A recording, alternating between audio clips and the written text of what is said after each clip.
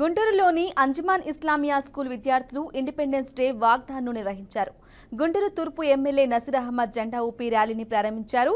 స్వాతంత్ర దినోత్సవం సందర్భంగా ముస్లిం మత పెద్దలు, ఉలేమాలు ఆజాదీ కే అంజుమన్ సౌత్ కార్యక్రమాన్ని ఏర్పాటు చేశారన్నారు.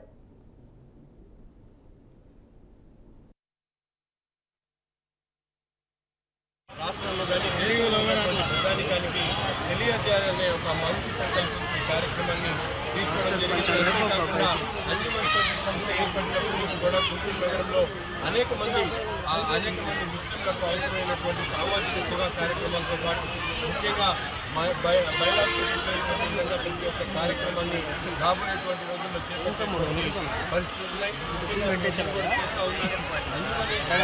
దాదాపు ఉచితంగా ఈరోజు విద్యార్థులను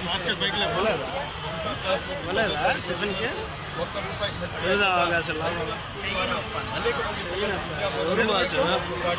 ముఖ్యంగా ఎవరైతే అవసరమైనటువంటి ప్రతి ఒక్క సహాయపడేటువంటి కార్యక్రమాలు ఈరోజు అంజుమన్ ఇస్లామియా తీసుకొని ముందుకు సాగుతూ ఉంది.